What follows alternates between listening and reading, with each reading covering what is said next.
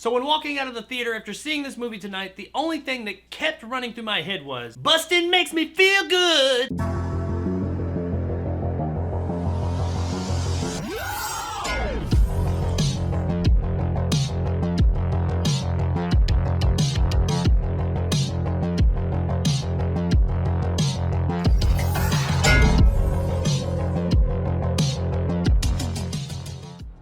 Ghostbusters Afterlife is brought to us by director Jason Reitman and stars Grace McKenna, Finn Wolfhard, and Paul Rudd. So it's finally here after being delayed for something like 32 years. Okay, so maybe that's a bit of an exaggeration, but really, this movie was supposed to come out well over a year ago. But it's here now, and Ghostbusters fans, you are going to be pleased. After the events of the original two films, Egon took a lot of the tech that the Ghostbusters had, moved out to a farmhouse in the middle of nowhere, seemingly abandoning all of his friends, co-workers, and even his family. After his recent death, his estranged daughter and her two children, played by Finn Wolfhard and McKenna Grace, move into his farmhouse in hopes of getting some type of inheritance. But what they find instead is something strange in their neighborhood. So, who they gonna call? Well, nobody, because the Ghostbusters just aren't a thing anymore. So they have to take matters into their own hands and start to bust some ghosts. Ghostbusters Afterlife is a love letter to the fans. This is a direct sequel to Ghostbusters 2. But unlike some long in development sequels to beloved franchises, they actually, for the most part, do this one right. The story actually makes sense, and they explain everything in a cohesive way. Pretty much all the questions you'll have going into this as a fan, you get answers to. Now, this movie is directed by Jason Reitman, son of Ivan Reitman, who made the original two films. It's also coming out over 30 years since the last movie, so you expect there to be some differences. But I gotta say that the movie actually does share the tone with the original films for a good portion of the film, but it also has its own tone for a good bit of the film as well, and both these two tones do work very well together. The movie's also pretty funny. Now, there's not as many jokes in this one as there were the original, but the jokes and humor that is here all land. That was nice to see, because that is one of the things that the original films, or at least the first one, depending on how you feel about the second one, really did well. They took this whole humor, action, and a little bit of horror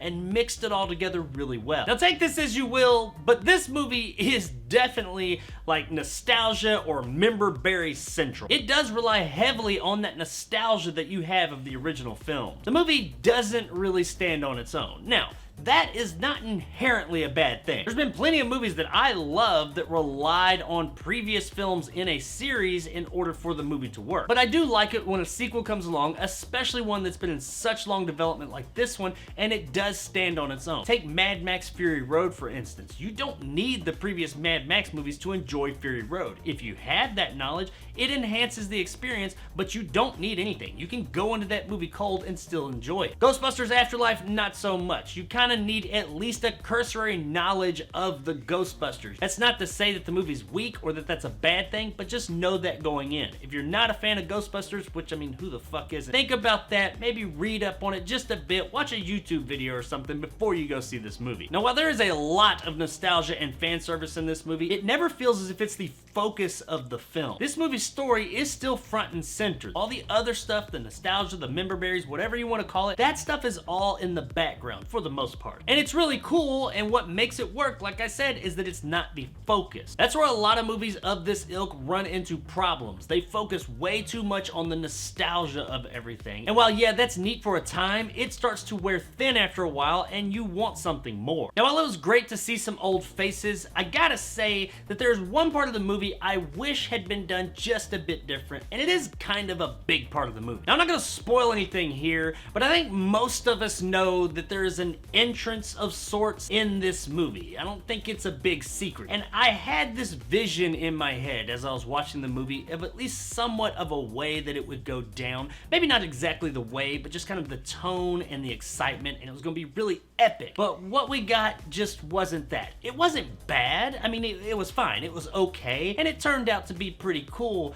but I can't help but say that in that moment, in this entrance, in this reveal, if you will, I just wanted something a bit more epic and exciting in that moment. But honestly, I guess I can't complain too much, because in a lot of situations with a movie like this, they would have just fucked the whole thing up, so the fact that it came off is pretty good and okay, I'm okay with. Also, on a side note, hang around in the credits, because is you get a mid-credit scene and a post-credit scene, both of which though are worth hanging out in the theater for. The performances are all really good here. Paul Rudd, for the most part, is pretty toned down, which I was happy to see that. Finn Wolfhard, he's doing what he does, which is pretty good. But McKenna Grace, she is the one that steals the show. She's like a little Egon Spangler, and I really enjoyed this part of the movie. She's kind of awkward around people, doesn't know how to talk to them, so she's learned all these really like bad jokes. They're almost like dad jokes, and she just like at the most awkward times throughout the film will just throw them out there to try and start conversations with people in really weird, odd times. Overall, her character was just the most developed in the film, which makes sense because she is kind of the lead of the movie. All the characters were enjoyable though. Even the ones that weren't that deep, they were still likable characters. The effects, no surprise, are all really good here. What was a surprise though is the amount of practical effects they used, and I was very happy to see that because they used quite a bit. And something really cool they did with the digital effects. Some of the effects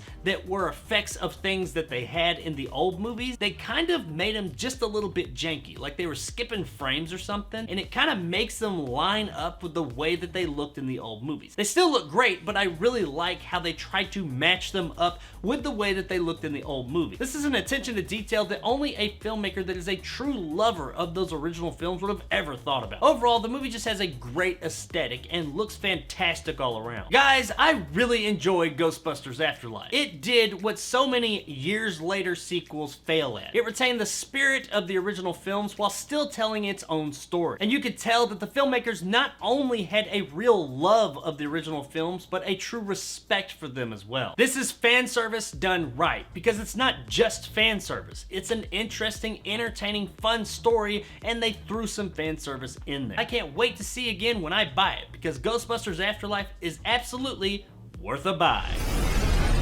Do it! Do it! Show me the money! Do it! You motherfucker! So, Do it! I am so happy that they didn't screw this movie up, because I was kind of scared for a while there. If you're a fan, then you're gonna love this movie. So if you're just looking for an exciting, really fun movie for the night, then check out Ghostbusters Afterlife, and I think you're gonna have a great time with it. So there it is, guys, my review of Ghostbusters Afterlife. If you enjoyed, want more content like this, hit that subscribe button and help my little channel grow. If you wanna help out the channel, check out my Patreon in the description below, become a jarhead and get some of the awesome benefits that go along with that, like these guys, and possibly join my top tier and become a bad motherfucker like my man Greg C and Dragon Con. If you liked what I had to say, give me a like. If not, let me know in the comments below why. And as always, stay sexy, Somerville. Go, go, go!